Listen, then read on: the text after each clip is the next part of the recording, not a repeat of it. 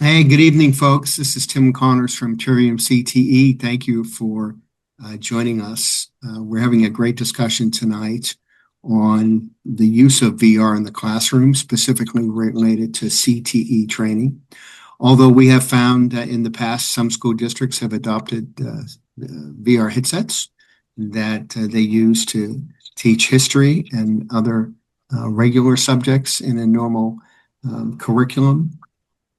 Trivium CTE has created an endeavor to bring VR to the classroom and to specifically the CTE classroom.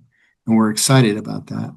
But tonight we have with us Craig Frelick. Craig is an expert in VR in the classroom. We also have with us Elvio Ferrara. Elvio is both gentlemen are consultants to Trivium, but Elvio is not only an expert in CTE, but a leader in Massachusetts and a leader of a school district, and also of the idea that CT can be more successful by using VR. So welcome to all of you. We have three of us here. If there's any more that join, I'll be happy to invite them in. We are expected to have a 15 to 30-minute discussion. It may be 15, it might be 30, we don't know. But again, I'm Tim, and I lead Trivium CTE in the United States, and excited to be here. Craig, would you say a little bit about yourself? Yeah, so I've been in the trenches teaching for over 30 years. Lucky enough always to see how technology might enhance or catapult learning. Over the last 7 years, lucky enough to run VR labs in various institutions, getting them up and running, working hands-on with teachers to let them understand, learn together how it would fit into their pedagogy, into their curriculum. And then probably the most important thing, I've got to see kids in headsets, and the awe and the wow and the curiosity has led me down this path of a passionate educator who believes in this tool. Thank you, Craig. That's great. That's great. Elvio, would you say hello, please? Sure, absolutely. I have also been in education for about 27 years. Spent 7 or 8 years in the classroom as an instructor, then the rest as an administrator. The last 17 years in career and technical education as an administrator or director.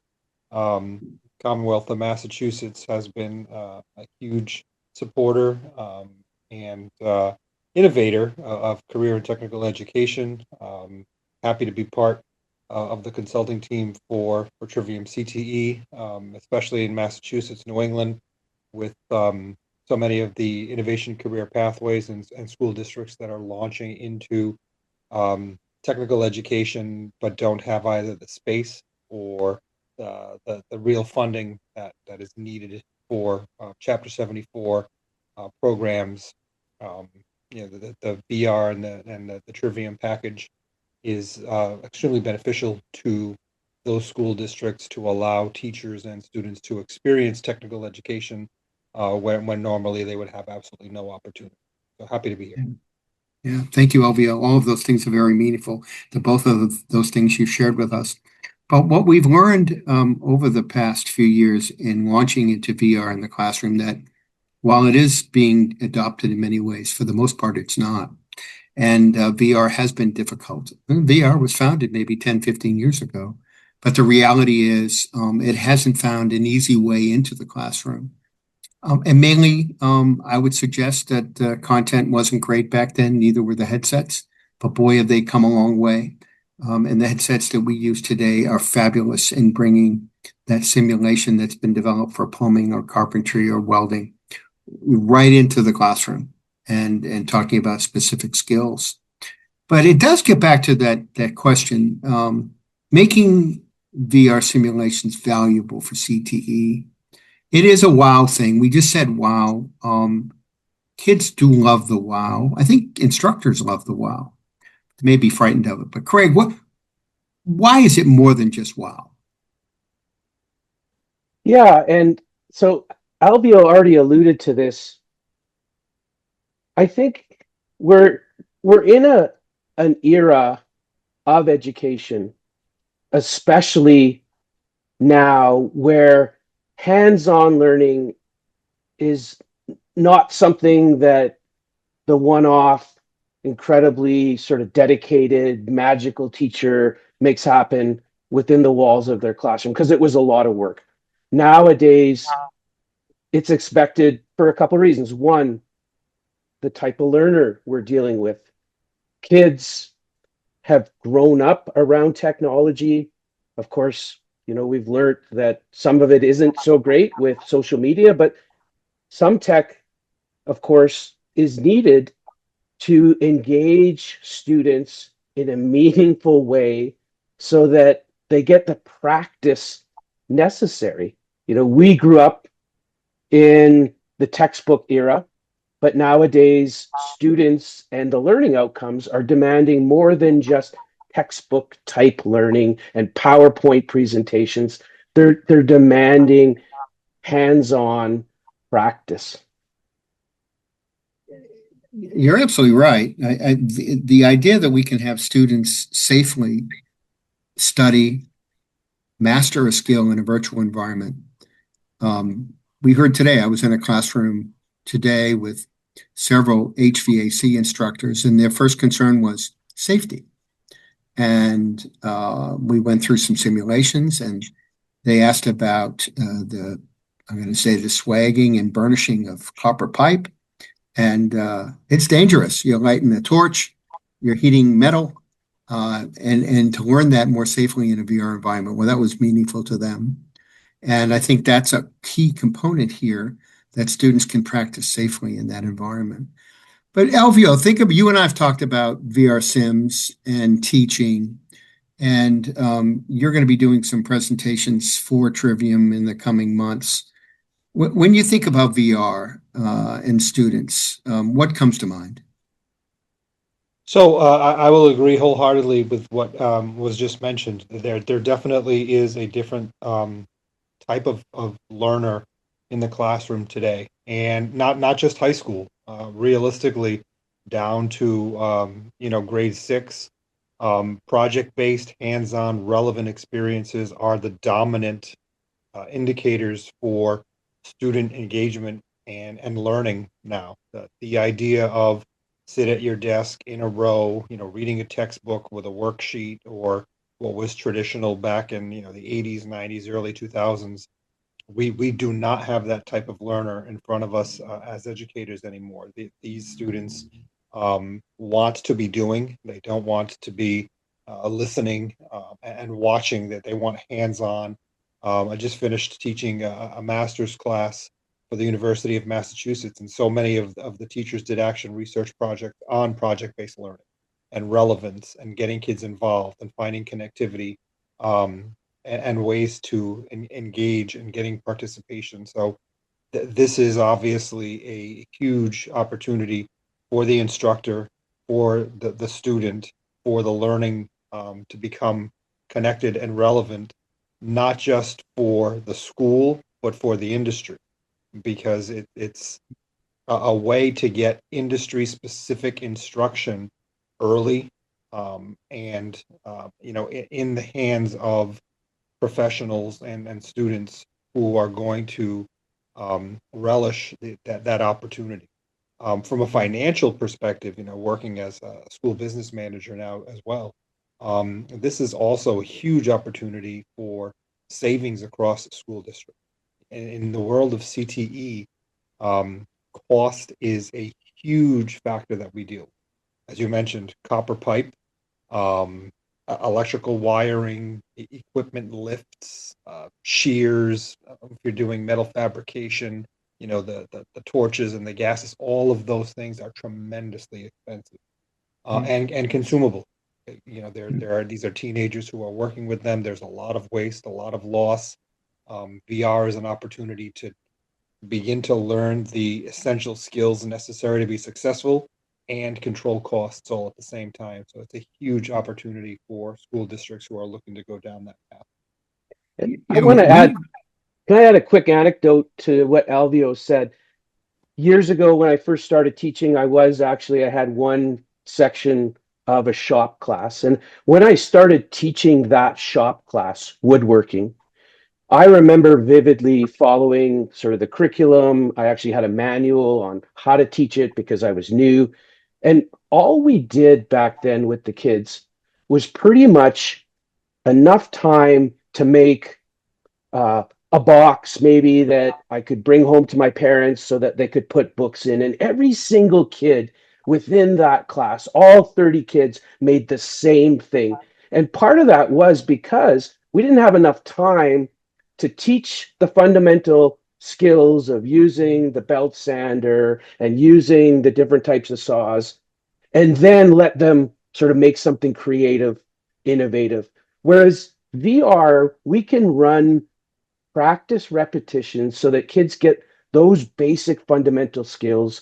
And then we have enough time within the classroom to be able to give them a little bit more wiggle room, like project based learning, where they have sort of some agency to solve an authentic problem with whatever tools, whether it's welding or whatnot. Well, you brought up the word time, and we think about what's very important to an educator today, and that is they don't have any time. But I do think that with the VR bridge of taking CTE into a virtual world and then into the shop, that there'll be time savings in the shop. And why do I say that? Because Trivium's deep interactive simulations allow a student to master a skill virtually and practice it virtually. So when they step into that shop, that actual room with all the tools and all the materials, well, they can master it faster. And that faster means more time for the instructor to focus on more things or to focus on the students who need more help. It's not about adding time to the shop. It's about being more efficient and allowing students to be more successful. But this conversation is about the teacher and the educator. And I do worry that, as we know, educators are stressed today. They carry a lot of weight managing all of those students and getting their successful learning done well, that we here we are bringing something else new to them. And so Trivium's idea is to make sure that we can make a transition as easy as possible, then support in the middle of the learning, in the middle of the education, so that the instructor doesn't feel that pressure. And I think that's also most important because districts are beginning to adopt VR. But what they have to take in mind is that the teacher still has no time. And how do we, as ed techers, begin to prepare products so that it works for the educator? It's going to work for the student. We love that. But how does it work for the educator? And I think it's with professional development. I think it's with time. I think it's with allowing at least the innovative ones in the school, the teachers who want to become VR champions, allowing them to embrace it deeply so they can support other educators. We certainly know we have educator technologists, what do they call them? Ed tech specialists in the schools today, depending upon the budget. They're either there, they're not there. Schools need them. It's kind of crazy when they let them go. But the idea is that they get support on the tech, and that's what Trivium is very much focused on. How do we support the educator? Students are going to love it. If I put my Trivium's simulations in the hands of a student, he's going to be interested and he's going to work it. But the challenge is, how do we support that educator? And I think the three of us have talked about how important it is for the educator to have fair adoption, have an understanding, have support so that they can't get flustered by the tech. I think we all get flustered by the tech. Tech gets faster every day, gets changes all the time.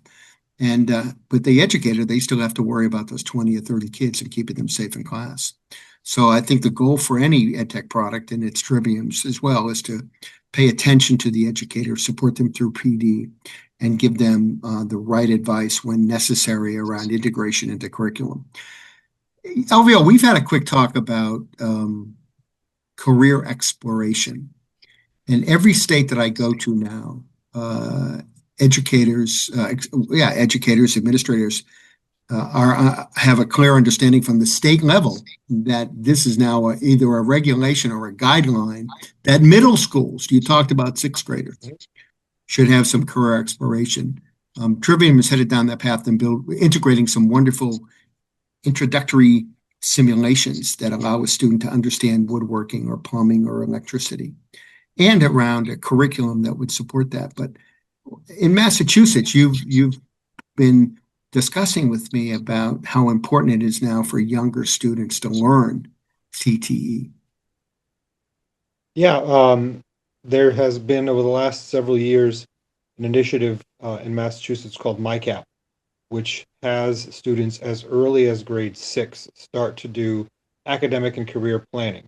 And the initiative, at least the way I read it, is the Commonwealth's opportunity, the Commonwealth's push to ensure that, after 13 years in public schooling, that there is value, when students graduate from high school. There have been so many research studies and there's so much data that kids in Massachusetts go through high school, go through 13 years of schooling, and then turn around and say, now what? I've been in school for 13 years and I don't know Right. what I'm going to do next. What is the next step? Yeah. So the MyCap initiative looks to start in middle school, just exploration in middle school of identifying things that students are interested in, what jobs are available in those areas, what schooling is necessary, required after high school. And then the high school years really starting to practice and participate in those areas and become connected to what you think you want to do. And again, Chapter 74 has been great from the federal and the state side for 70 years, ever since the 1950s. But it is a tremendously expensive way to educate high school students. And right now it only starts in high school. So it's tough sometimes. And having worked 16 years now in CTE programs, you put kids into technical programs and, that they experience it.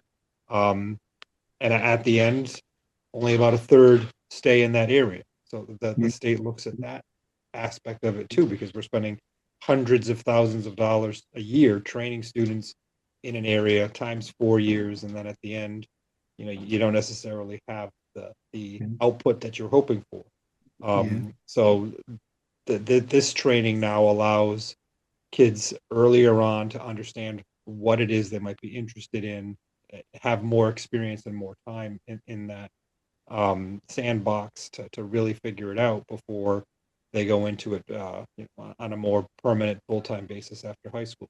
But that's basically what MyCap is doing. Yeah, you sort of lead me down that question, down that pathway of asking Craig a question around meaningful VR, right? Versus the what we call the flashy ed tech. And I think that has to be addressed, especially the term meaningful. Craig, will you kind of explain that a little bit? Absolutely. Meaningful experiential learning, I think, is sort of the umbrella that we want to talk about, and then embed VR in there. Whether when you take kids into a contextually relevant environment, like if they're studying automotive, whereby they're in a VR headset and they're looking around, and in their environment is something that looks akin to an automotive shop. We've put them then in context, which is key to learning and to understanding and to deeper understanding. So that's sort of the first thing is, are we using contextually relevant environments to teach these skills, as opposed to just a bunch of desks in a classroom with a whiteboard? And I've seen that some VR experiences unfortunately miss the whole important point that where we place the learner should be contextually relevant for the learning that's happening. Another common mistake that sort of bad VR lends itself to is burdening the learner with too much watching videos or reading overtly large amounts of text. VR is meant to be, as Alvio said earlier on, a hands-on medium that is interactive, where kids are doing stuff, not sitting in a VR headset and simply just watching. And then Yeah. one more little piece that I've learned with the research that I've done, as well as the book I've written about VR and immersive learning, and that is making sure that the kids have the necessary background knowledge before we put them in the experience. There's a fancy term in learning science for this. It's called cognitive load. So if our cognitive load is too high, which means we don't really have any background schema or background understanding, and we put them into a VR situation, although they can't get hurt, they're stuck because they don't sort of know what they're meant to do. So as educators, it's incumbent upon us to make sure that we've given them that little bit of information first before they go in the VR experience, and they're crystal clear when they're in the VR experience that they know their goals. What is it I need to do? How do I get around and navigate to make sure that when I come out, I've learned what I needed to learn? Yeah, yeah, no, I think, oh, that's very important. I think as we think about what Trivium is building, it's very much focused on supporting learning through VR, and especially in the area of CTE, although we have hundreds of sims for STEM. But the idea that we can use instructional technology inside a simulation that not only gives a student written instructions, it gives the student audio instructions, but it also provides highlighted navigation. Those simple tools inside a simulation provide so much support to the educator, who then can not have to worry about all of those instructional cues, but they actually see how meaningful the simulation is. Again, getting the educator back to more time. And Trivium is also integrating, right as we speak, our simulations into state curriculum, industry standards, as well as pathways to certification. So all of those are also meaningful in ways in which educators can see how the simulation can help the student be successful more interactively and master a skill. I think those are the important things. Well, folks, we've come to the end of our time. I want to thank you both very much. Elvio, thank you. It was good to see you again. Craig, as always, a pleasure. I think there's more discussions to happen even more deeply about how we can support educators. It's Trivium's goal to do that, one of our primary goals. And we all look forward to seeing each other again and talking more about education, CTE, and the VR environment. Please visit our website, TriviumCTE.com. We'd like to hear from you, and I want to thank you again. So, gentlemen, have a great evening. Bye-bye.